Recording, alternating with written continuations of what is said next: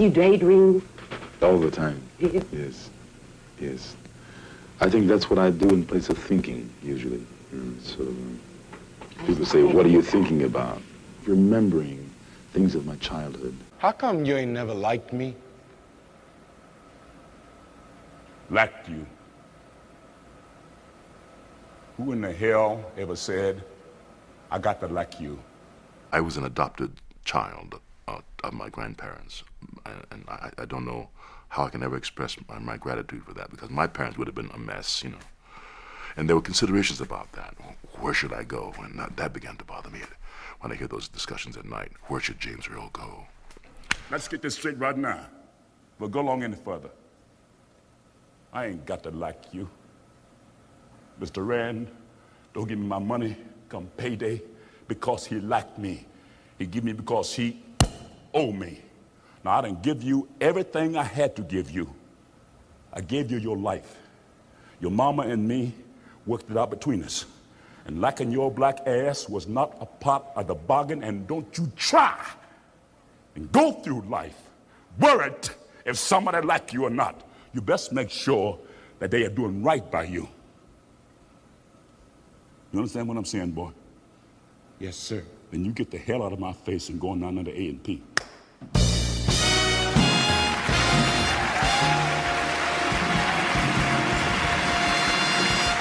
And the winner is James Earl Jones. How you been? Quiet. Yeah. You had a stammer one time. Yeah. I was very quiet then. James Earl Jones remained virtually mute for 8 years of his early life because of a stammer. Today, his regal bass has become one of the most recognizable voices in America. I was a stutterer. I couldn't talk.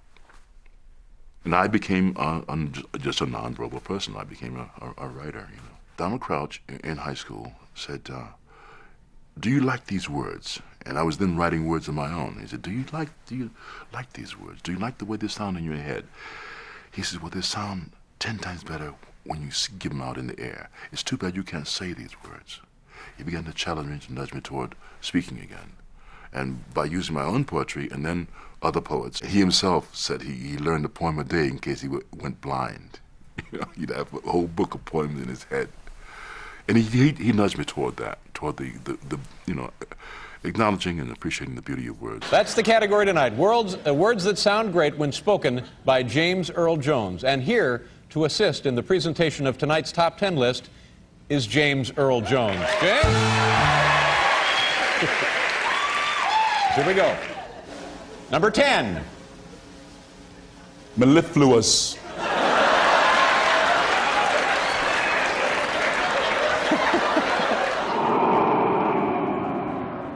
I've been trained for stage, and I feel I know what I'm doing. I have a better sense of my responsibility, but I love doing films. I love doing television. I think television is very, very important for the whole world. So I would not say I prefer one over the other. I feel perhaps more comfortable on stage, though.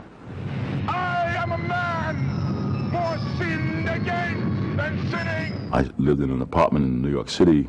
I paid $13 a month for it, and that was okay. You know, it was we had no standards to live up to, except to just keep working. You're the only person who can tell whether you have talent or not. And there's a certain point where you got to be really honest with yourself and say, yeah, I do, and I'm going on, or no, I don't. And your parents can't do it for you, critics can't do it for you. Once you determine that, then there should be no room for doubt. And you luck out too busy to find you, girl. You selling my clothes, my ring, my silver brushes. Give me another chance, baby. I misses you awful. Just don't come on with me, girl. Your Willie's in jail. You just smelling gravy here. If you want to deal with pain, unemployment pain, look at the Asian community in terms of jobs on Broadway, off-Broadway, movies, TV. You keep on depending on the goodness of the man's heart. Second base from the Dodgers as far as you'll ever get, because no majority ever gave a minority a fair share of the loot without force. Number 9. There is similitude. Still negative function. The Teleflex drive cable must be sheared away. Fire the explosive bolt. Roger. Guppy.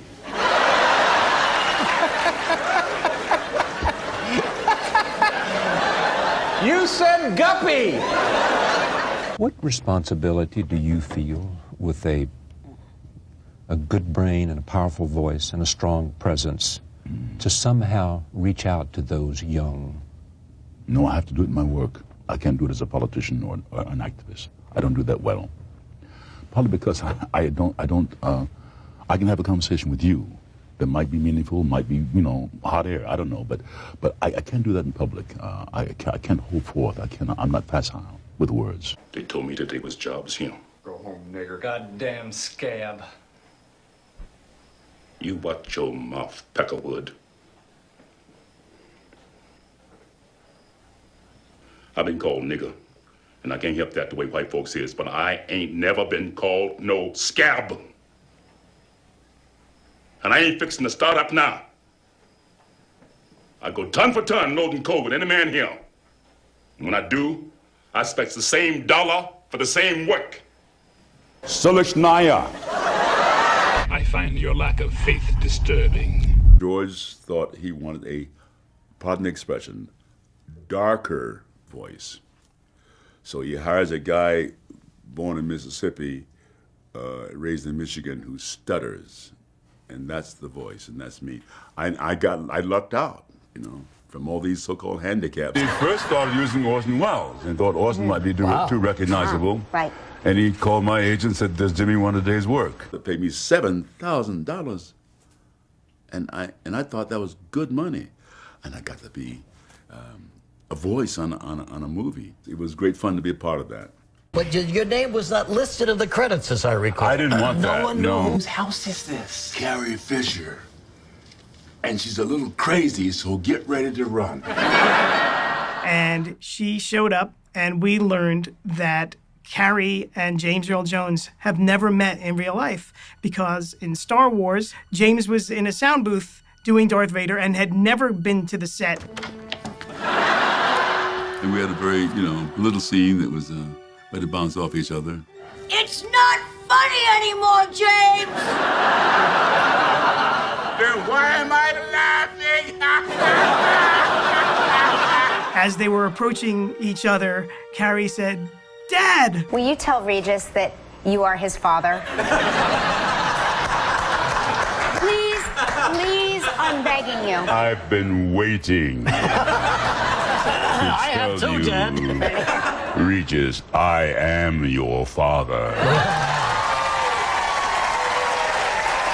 Butros Ghali.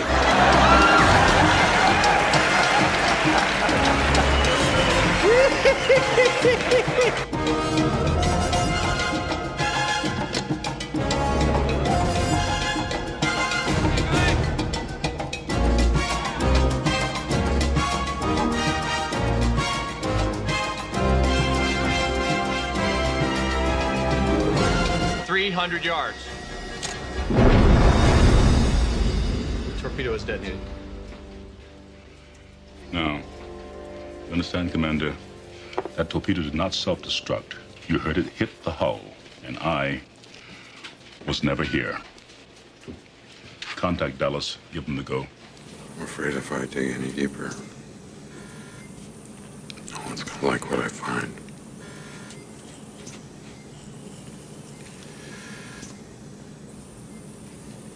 You took an oath. If you recall, when you first came to work for me, and I don't mean to the National Security Advisor of the United States, I mean to his boss, and I don't mean the president. He gave you word to his boss. You gave your word to the people of the United States. Your word is who you are. Look inside yourself, Simba. You are more than what you have become. You must take your place in the circle of life. How can I go back? I'm not who I used to be. Remember who you are. You are my son, and the one true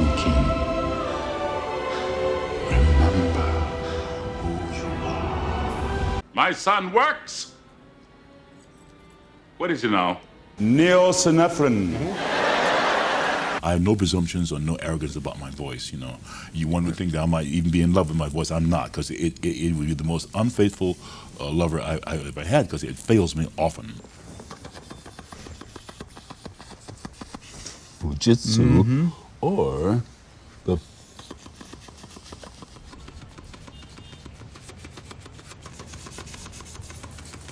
Fuji. She loved me for the dangers I have passed, and I loved her that she did pity them. This only is the witchcraft I have used. Mujibur and Sarajul. I'll trade you.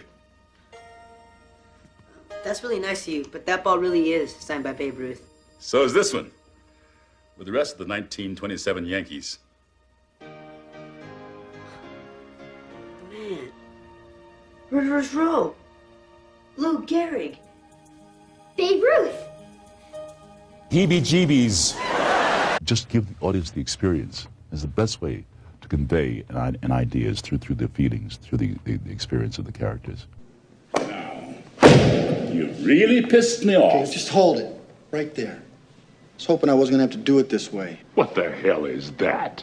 It's a gun. What do you think it is? It's your finger. No, it's not. It's a gun. Yeah, let me see it.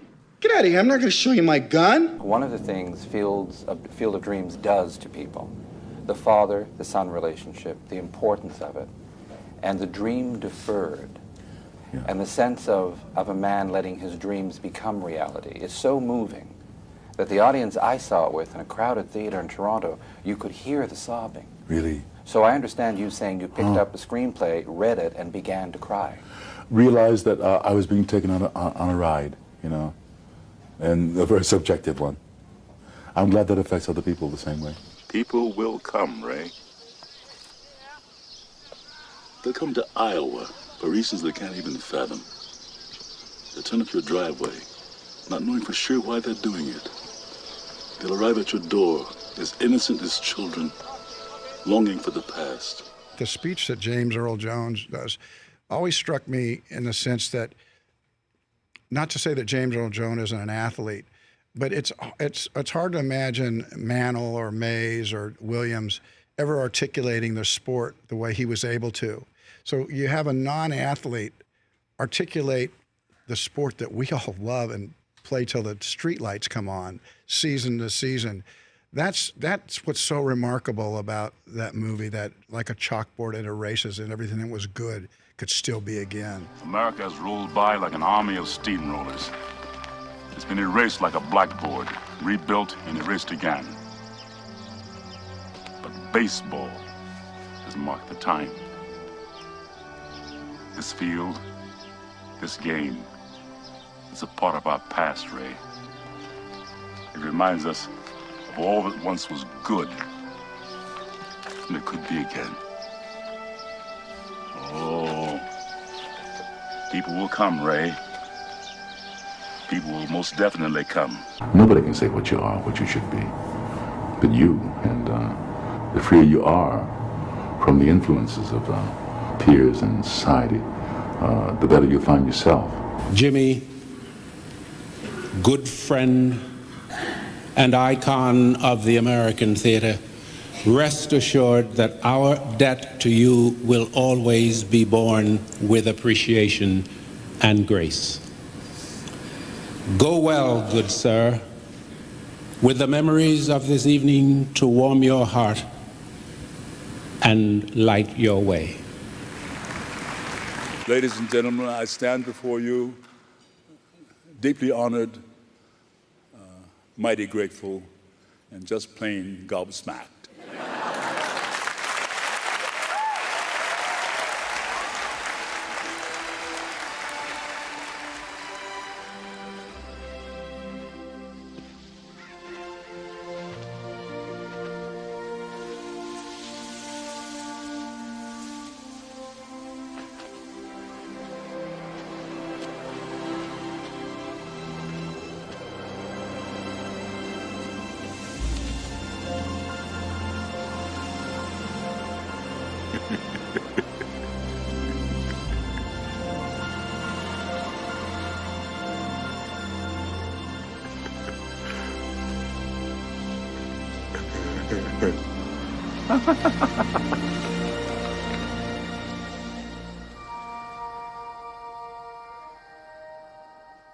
And the number one word that sounds great when spoken by James Earl Jones. Oprah. Yeah!